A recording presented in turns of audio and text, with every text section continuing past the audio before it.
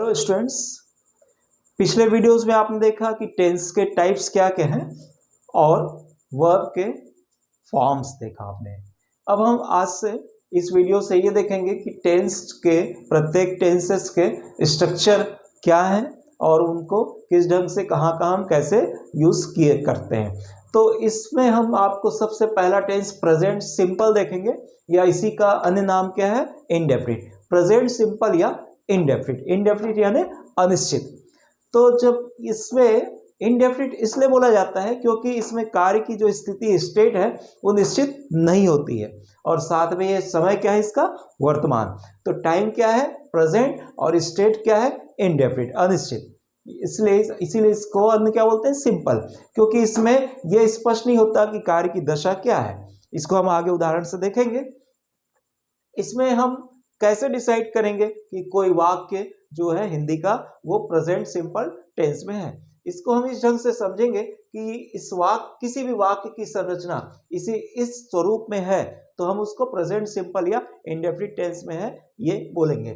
तो वो संरचना हिंदी के अनुसार क्या होगी, कर्ता, धन, कर्म, धन, क्रिया, धन, ता, ती, ते, तीनों में से कोई एक, धन, है, हो, है, हूं। ठीक है, तो ये जो स्वरूप होगा वाक्य की हिंदी की संरचना होगी। यदि इस प्रकार की संरचना है तो हम ये समझेंगे कि उस वाक्य का काल जो है वो प्रेजेंट सिंपल या इंडेफिनिट टेंस में है। अब इसके लिए इंग्लिश स्ट्रक्चर ये होगा, प्रेजेंट सिंपल टेंस का इंग्लिश स्ट्रक्चर क्या होगा, सब्जेक्ट, जिसे हिंदी में कर्ता बोलेंगे, प्लस V1 और V5, V फॉर वर्ब यानी क्रिया। क्रिया का पहला रूप आएगा या पांचवा रूप, दोनों में से कौन सा रूप यूज करेंगे आगे देखेंगे, प्लस ऑब्जेक्ट, ऑब्जेक्ट यानी कर्म।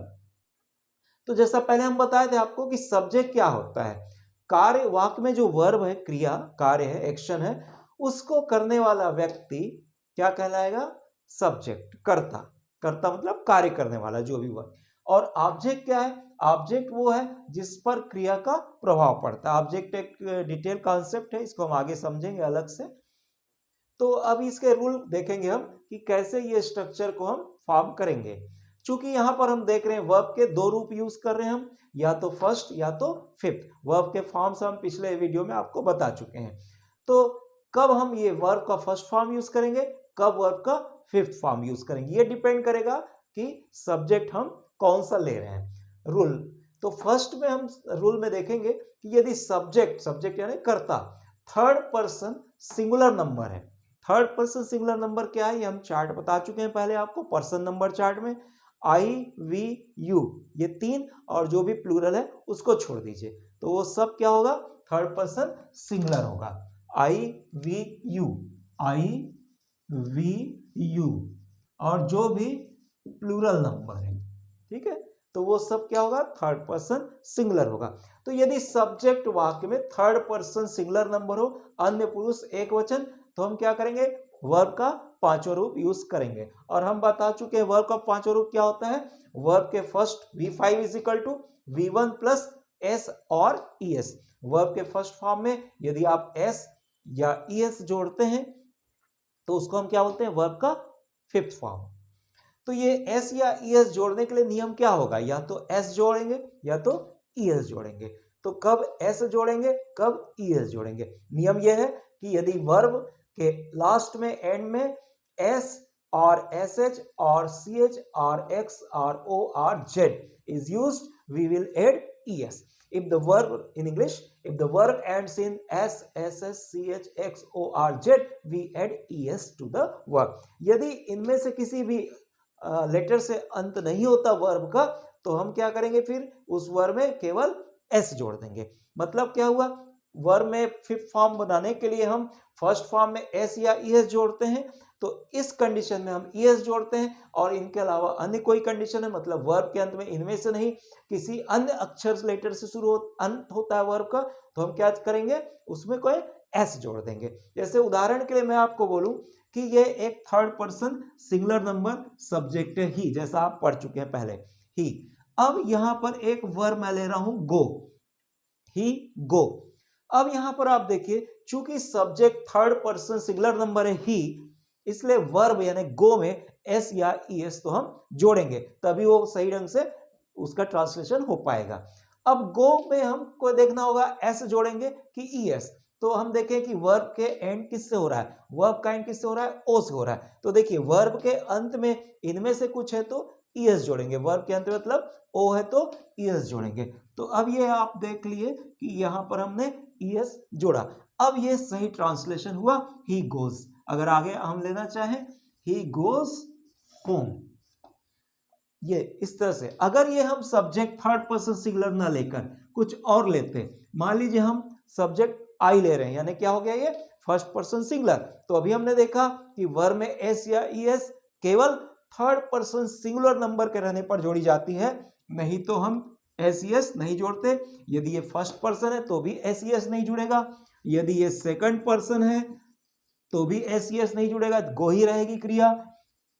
यदि ये थर्ड पर्सन सिंगुलर है, सॉरी, यदि ये सब्जेक्ट थर्ड पर्सन प्लूरल है, जैसा कि दे है प्लूरल, थर्ड पर्सन प्लूरल, तब भी एस ईएस नहीं जुड़ेगा। सब्जेक्ट केवल थर्ड पर्सन सिंगुलर होने पर ही क्या होगा, एस या ईएस जोड़ेंगे। और जब भी एस या ईएस जोड़ेंगे तो ये फैसला कैसे होगा, एस जुड़ेगा कि ईएस, वो इस नियम पर होगा। यदि वर्ब के अंत में इनमें से कुछ है तो ईएस, और नहीं तो केवल एस जुड़ेगा। अब एक दो उदाहरण और हम देखते हैं यहां पर। जैसे कि हम मान लें यहां पर कि एक शी एक थर्ड पर्सन सिंगुलर है, ठीक है। तो इसमें हम एक वर्ब ले रहे हैं शी पुश द डोर। अब चूंकि यहां सब्जेक्ट थर्ड पर्सन सिंगुलर है तो वर्ब क्या है, पुश। तो third person singular number subject के कारण वर्ब में हमको एस या ईएस ऐड करना होगा। तो अब हम फिर ये सोचेंगे कि एस ऐड करें कि ईएस। तो यहां देखिए अंत किससे हो रहा है, एसएस से। अगर वर्ब का अंत एसएस से होगा तो हम क्या ऐड करेंगे, ईएस ऐड करेंगे। तो ये क्या हो गया, शी पुशेस द डोर। तो ये वर्ब कैसे हो गई, पुशेस, V5 यानी V5 बन गया, क्योंकि सब्जेक्ट थर्ड पर्सन सिंगुलर है। तो ये नियमों को ध्यान में रखें आप। कुछ और उदाहरण ले रहे हैं हम यहां पर आपके लिए।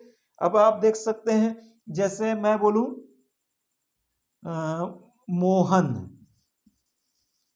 Mohan watch TV.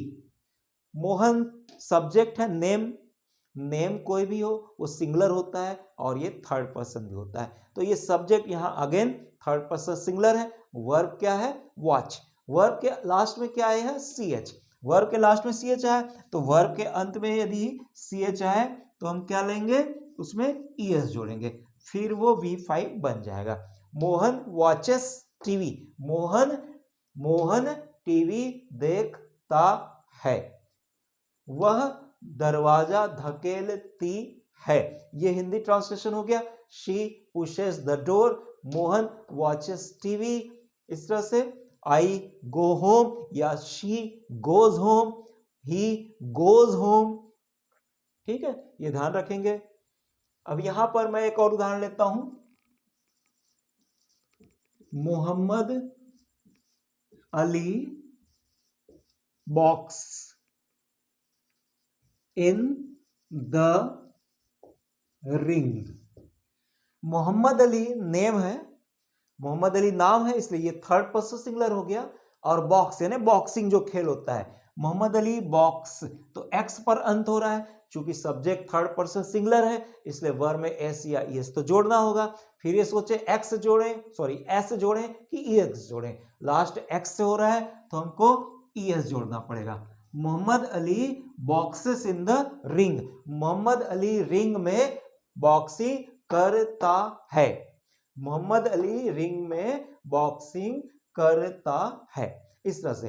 तो ये थर्ड पर्सन सिंगुलर नंबर हुआ। तो ठीक है, इस तरह से कई और भी उदाहरण हो सकते हैं, ये ध्यान में रखें। लेकिन यदि सब्जेक्ट थर्ड पर्सन सिंगुलर नहीं है तो यहां पर क्या होगा, आप देखेंगे ना तो एस जोड़ेंगे ना ईएस। थर्ड पर्सन सिंगुलर नहीं है, बाकी 5 में से कोई भी पर्सन नंबर हो सकता है।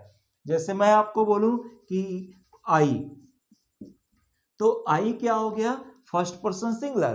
तो पुश में अब ना तो एस जुड़ेगा ना तो ईएस, वो फर्स्ट पर्सन जो कहते हो यूज हम करेंगे। आई पुश द डोर, और यदि ये यू हो जाए, यू पुश द डोर, ठीक है, तो ये आपको ध्यान में रखना। अब मैंने बताया कि इसे इंडेफिनिट क्यों कहते हैं, आप इस चीज को फिर थोड़ा समझेंगे।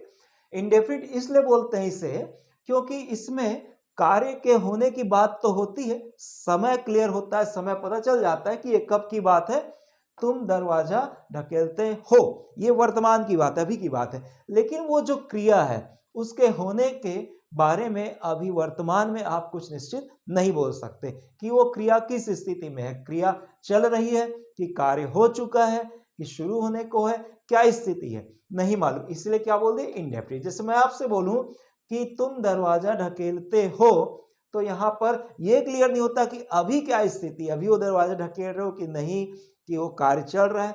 मैं पतंग उड़ाता हूं, आई फ्लाई ए काइट, यहां पर ये पता चला कि कार्य कब हो रहा है, प्रेजेंट, अभी की बात हो रही है, उड़ाता हूं मतलब प्रेजेंट, लेकिन कार्य की स्थिति नहीं मालूम। उड़ाता हूं बोलने से ये नहीं समझ में आता कि कार्य चल रहा है, कि कार्य हो चुका है, कि कुछ कार्य हो चुका है आगे चल रहा है, कुछ भी क्लियर नहीं होती, सिर्फ कार्य के होने की सूचना मिलती है। लेकिन अभी के स्थिति में वो कार्य किस स्थिति में है, कहने के समय, at the time of speaking, what is the progress of the work is not clear, ये ध्यान में रखेंगे। तो यू पुश द डोर या she pushes the door, I go home, I right a book, you make flowers, इस तरह से जो भी सेंटेंस है वो सब प्रेजेंट सिंपल टेंस में जो भी है वो सब के सब क्या होंगे, इंडेफिनिट कहलाएंगे, क्योंकि उसमें कार्य का समय डिसाइड होता है, स्टेट माने अवस्था डिसाइड नहीं होती, इसलिए उसको इंडेफिनिट बोलते हैं। आपको यदि किसी भी प्रकार की कोई समस्या हो तो आप कमेंट्स बॉक्स में प्लीज लिख कर भेजें, हम उसको क्लियर कर देंगे। Thank you.